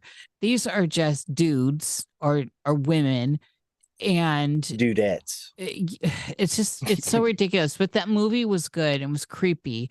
But my point is, I truly believe you are never an ex-FBI employee or never an ex-CIA employee, never an ex-NSA employee if you had high enough clearance. You are always tethered to the system. And I don't care how likable you are. In fact, you need to be likable when you're in the field trying to get people to give you intel. You need to have some charisma and all that. And so when you become X, whatever that is, and don't get me wrong, I love Bosley, but when you become X, you know, what is this? What is that exactly? Are you an ex-Mason? Are you an any of these fealty, anywhere where you've sworn yourself to these organizations, whether we know about them or not? You just don't step in and out of it. Now, we know this I got Sicilian in me. I know in the family business, you don't become X. How you become X is you're buried in the ground. That's how you're X. And then, your family's still there. So, you know what I'm saying? It's ridiculous. Yeah. That's what I'm saying. And I agree with you on that, Nathan. You don't get out of it. Well, it's difficult to consider that you should never swear an oath because, and I'll reference the famous short story by Philip K. Dick, The Chromium Fence. A man just wants to stay out of the way, and he has one son who believes in one thing and one son who believes in another, and one day he's forced to choose. Now, this is the problem with swearing an oath. Everyone in the world wants you to pick a team so that you can be on their team or they can hate you. And what do? I think that's a question I'm not going to answer that question. I don't think I can. I think the best answer there is to extricate yourself from that system. And once again, the certainly. great Philip K. Dick. Yeah. I mean, that man, the deeper into all this too, the more absolutely relevant the work of that man has become. And it's funny because it goes from deep woo to now almost like common reality. And if you've ever heard his speech in France, the one where he talks about where he came up with those stories, that he was getting glimpses into adjacent realities, that seems more and more likely every day. That we're just kind of shifting in and out of these adjacent realities, and that they do exist. And it's just, he was an amazing dude. Fucked up, but amazing. He very fucked up, but I mean, how many people work closely with our government or extrajudicial entities and never come back from it? I'll mention Ted Kaczynski again. There you go. But whether they find themselves validated in their lifetime or posthumously, it still brings it back to the idea of the Vril Society and what they were onto. The bleed from one phase shift to another. But you could say that was Crowley too, to some degree. He just kind of picked up where they left off. Oh yeah, but that man. Yeah, I'm not saying he was successful yeah, go ahead. Crowley to me is if they turned Alex Jones into a guru. The more I learn and the more I reevaluate what I've known, the more I think about it. I made quite seeing people propped up for specific tasks, goals, a lot of them cultural and societal, ideological, sometimes epigrammatical. It's so strange to think that Jim Jones and people like him are failed recreation templates of people like Joseph Smith. Mm-hmm. And we can see historically that it's just been the same thing. And the next generation didn't know what happened before, so they don't know what's going on now. Exactly. And the history from before is being shredded in real time as we move forward. Oh, yeah. Do you know how mad I get when people still say, everybody drank Jim Jones's Kool-Aid, you better not follow anything crazy? No, nobody wanted to drink the Kool-Aid. You never read the story, did you? Okay. Yeah, they were forced at gunpoint to drink it. Yeah, well, that's, and this is the problem with the lack of education going on. People, it's a telephone game.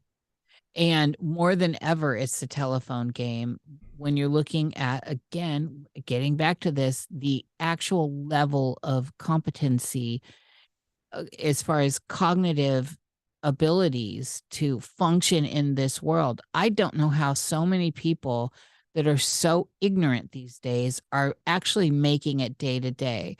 I mean, I see that they're getting caught up in identity politics and all that, and it's giving them talking points, but there's no depth there, and they don't understand these stories. They don't understand even modern history that was going on 5 years ago, let alone 10 years, 20 years, 30 years, 40 years.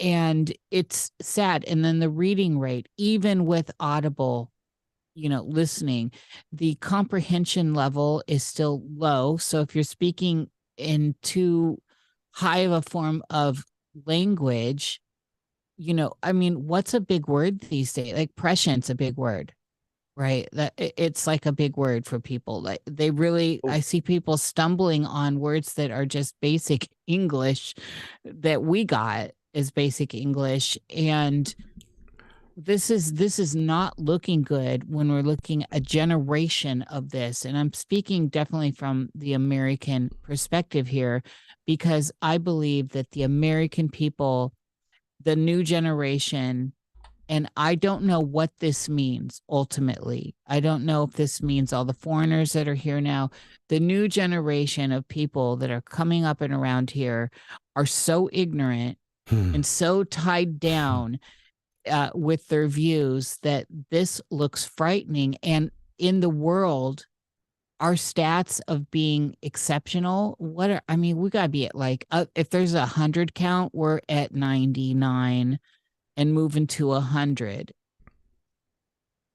I think there are a bunch of different things that are contributing to that human condition, if you will, the condition of most people. I don't know what you want to call it, this dumbing down, but I also think that solar activity, the fact that we're in the solar minimum and there's tons of cosmic rays hitting the Earth because of magnetic fields weakening, that's also playing a big part. And I don't think a lot of people talk about that. But in comprehension and reading and they're letting people out of high school that can't read and write. Yeah. No. That's a whole separate issue. They teach you to repeat. Yes. Not to learn. Correct. They teach you to act, not to think, to react. The problem isn't necessarily literacy if you learn to read so that you can read 50 Shades of Grey. Yes, which is written at such a low level. Yes, and the content and subject itself is blasé and superfluous, and it takes something that is typically deviant and makes it mainstream. I think that the issue isn't how intelligent a person is when it comes to a specific thing such as grammar. I think it is more a dissociation from a moral, familial, national, sometimes national, I guess, but ethical grounding. I think that because we get through so much of our life being infantilized, that by the time our bodies have fully developed, we're just becoming aware that there is a world in which our brains can be developed.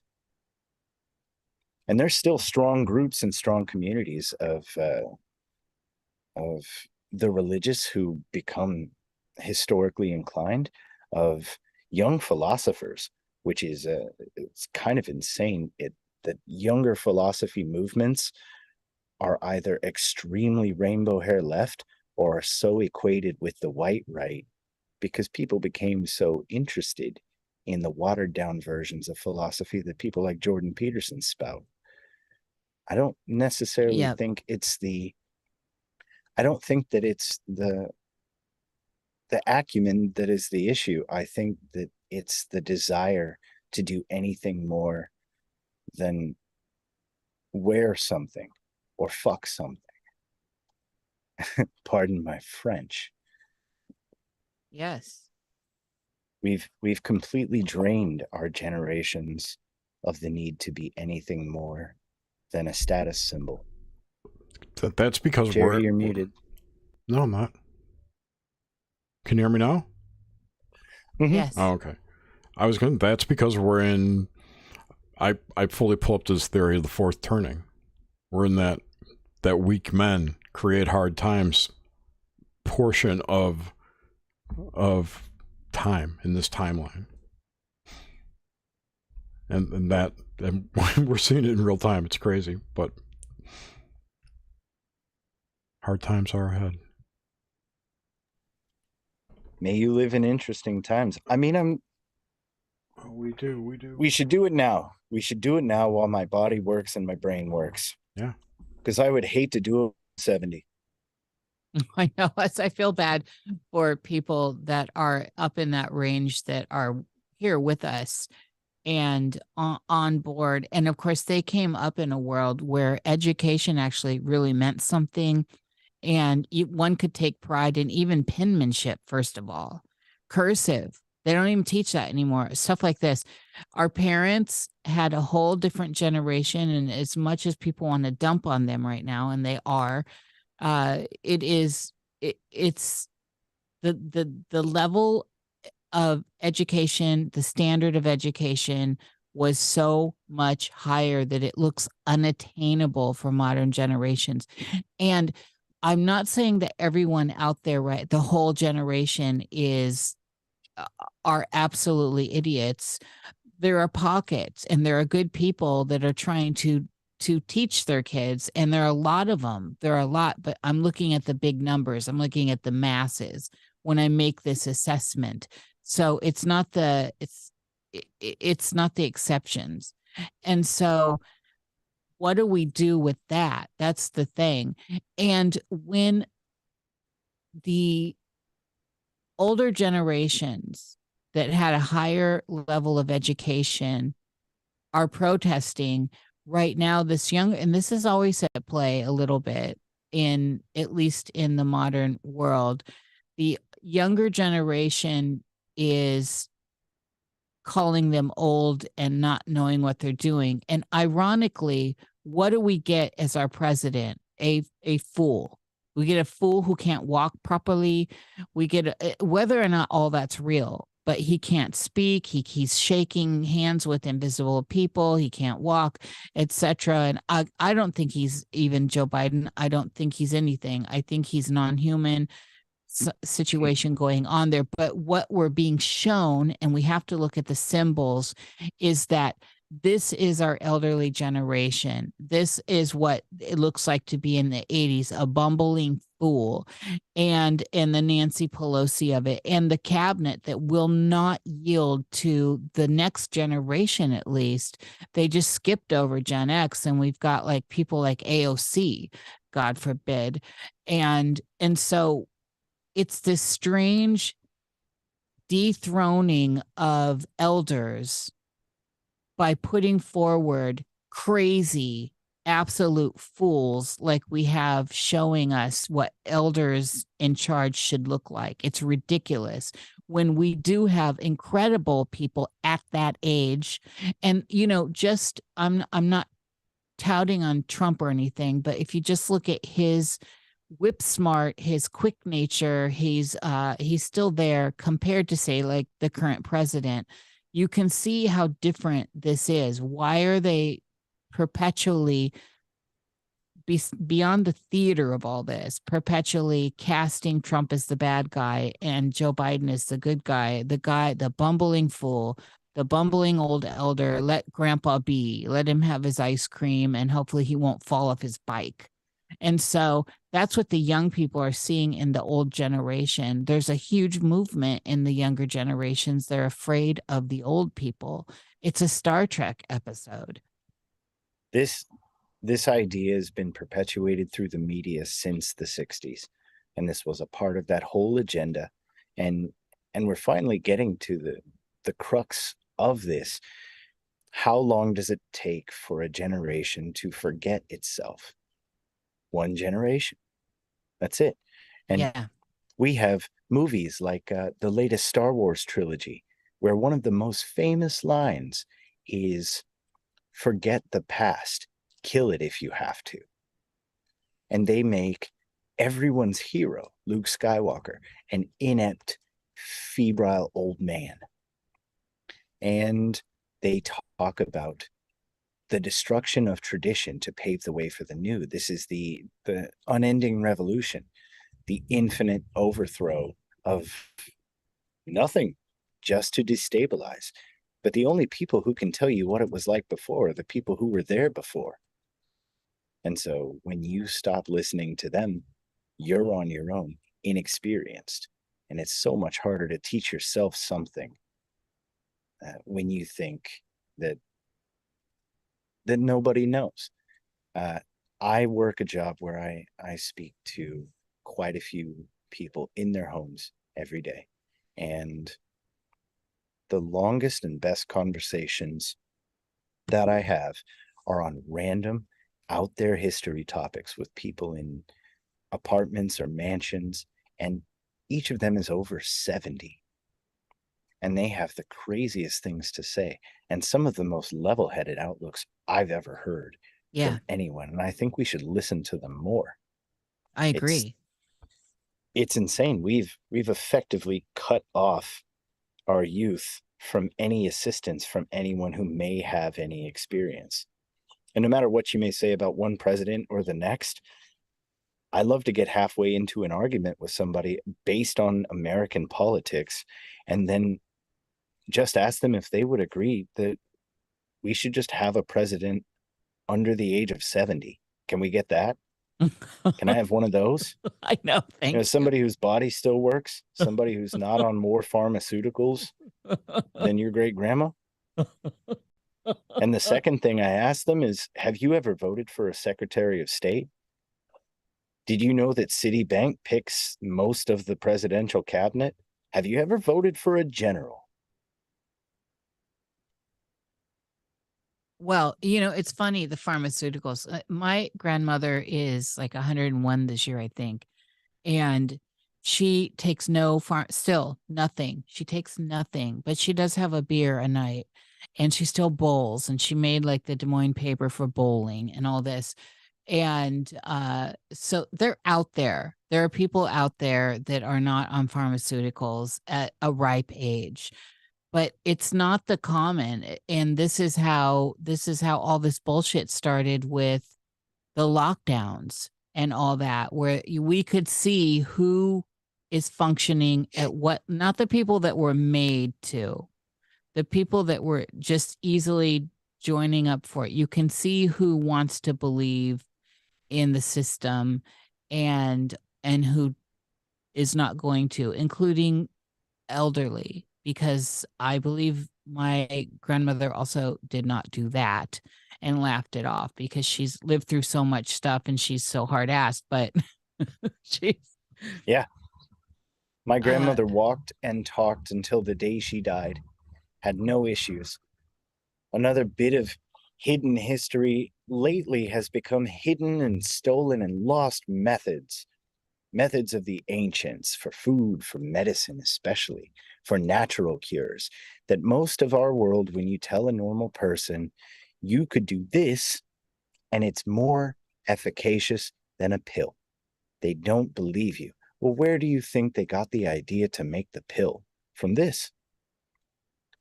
If you have a headache, you can take some bark from a white willow tree and boil it in some water and drink it. It's a tea and there are no side effects, and the coating is not made of petrol. Oh, hell. I go out to my yard and grab feverfew and chew it, and my headache goes away.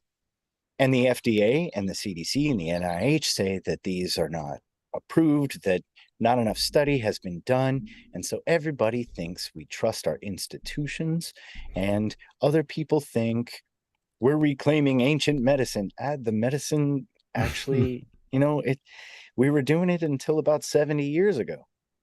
This pharmaceutical world is really very new historically. It's a construction of the Rockefellers. And so, yes, and I use the term pre-Rockefeller medicine to denote a specific point in history. It's all black magic. Now you're seeing this push toward ancient remedies, ancient cures, and you see it in stores.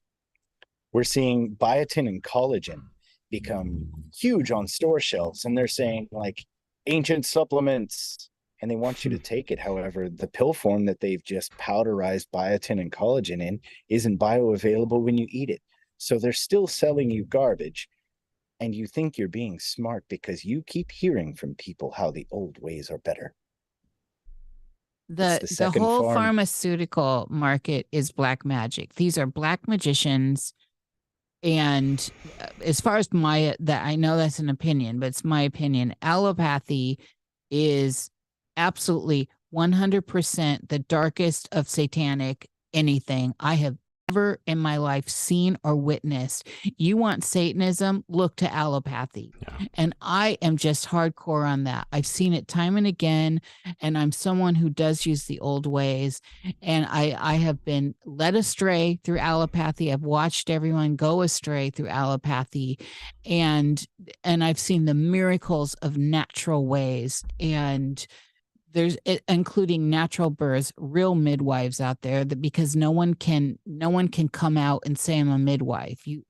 we have to be underground because it's illegal unless you're a registered nurse with your little certificate, so you can bring someone's ass into a hospital room with allopathy all around and birth that baby. Sorry, babes, that's not real midwifery. I don't mean to be rude about it, but I do know a thing or two about this.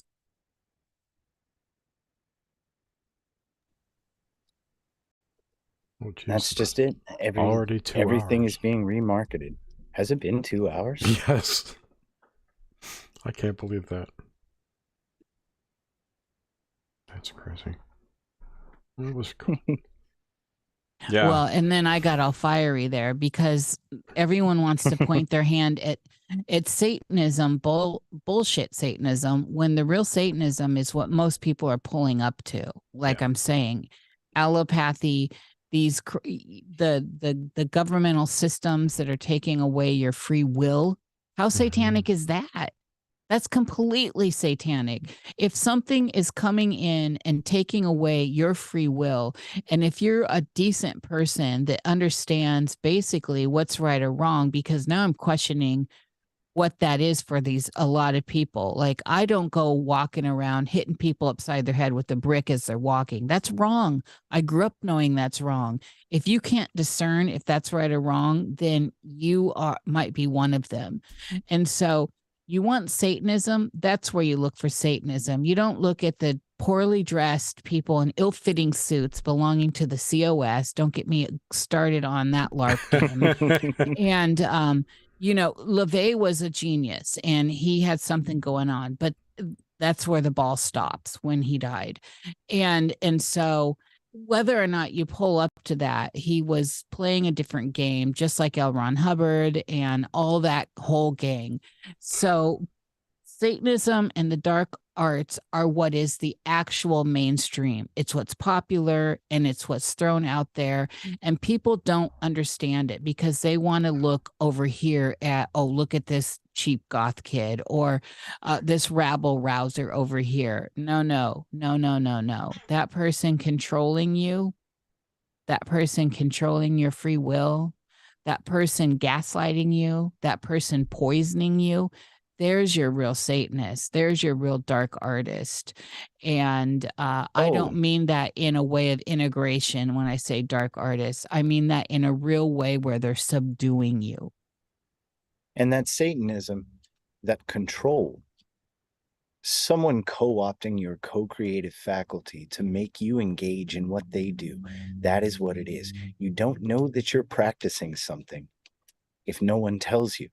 And yet, your co-creative faculty is now co-opted, your energy now bent toward their will.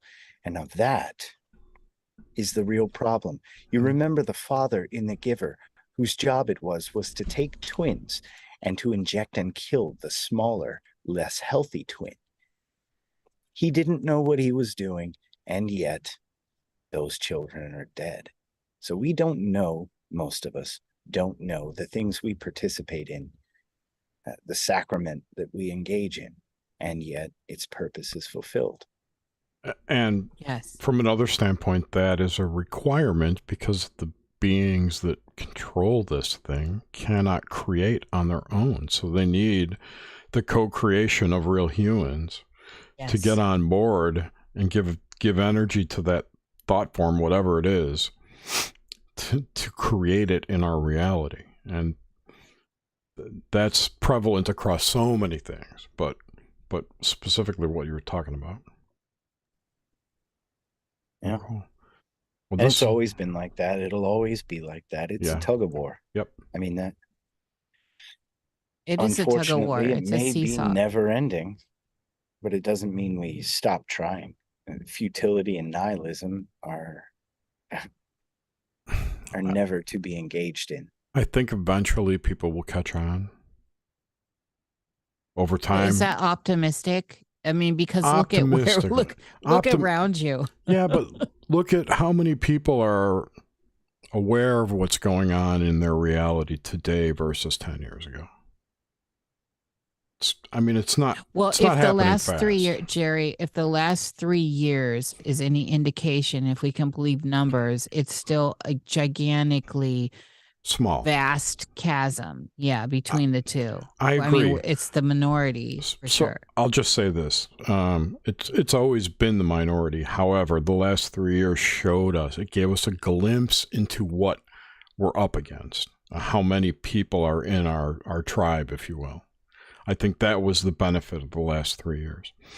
And I still purport, whatever you want to say, whatever word I'm looking for that I can't think of right now. I still stand by the statement that I think it's maybe not exponential, but a much larger percentage than it used to be 10 years ago.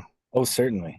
Yeah. Yeah, and I growing. agree. And Yeah. and to Modwiz, I don't mean that nihilism is what's happening. I mean, it's what shouldn't happen. Yeah. Knowing that the struggle may never end is no excuse to stop struggling.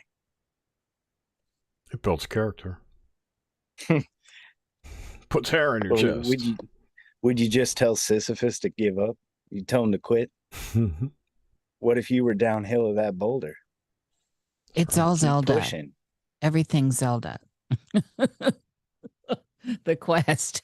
It's all the quest. I don't know anything about Zelda. Oh my God, I loved it so hard. Yeah, I only like- played the original. Yeah, but- me too. So And I it just think about it here and there, like, oh my God, I got to this. There's something extra about Zelda, and there's these moments where I'm having a Zelda moment, and a character that is not in any of the books or the spoilers comes forward, and you're like, who is this? What's this? So Finally, something new. yeah, it's interesting. This has been a really fun, as always, chat with you, Mr. Nathan Day. It's fun to get into these waters, and it's fun to be nobody with you. You know, like let's just be in these spaces and talk. Yeah. Without all the frustrating bullshit that gets thrown in at people that are just having good conversations. And this being is why shackled by a topic. Yeah, exactly. And this is why, Nathan, you're really a pleasure to have on. Yeah. So thank you. You're amazing. We appreciate it. Thank you guys. I mean, I only see my own face through a mirror, so I need these conversations. Join the club, buddy. Yeah. Can't talk to people at work. They're automatons. All right, cool. No. So it's great having you. Thank you so much for coming back. Thank you, Nish. Thank you, everyone, for listening. We'll be back in 2 weeks with, I think, Corinne, or what's her name? Occult Priestess. There you go. Oh, yeah. Yes. So Wow, Corinne? that came fast. Yes, it did. Well, the year's half over in like 3 days, so. I know, it's so crazy. Holy shite. Thank you, everyone. Thank you, Jerry, and thank you, Nathan. Oh, you're welcome.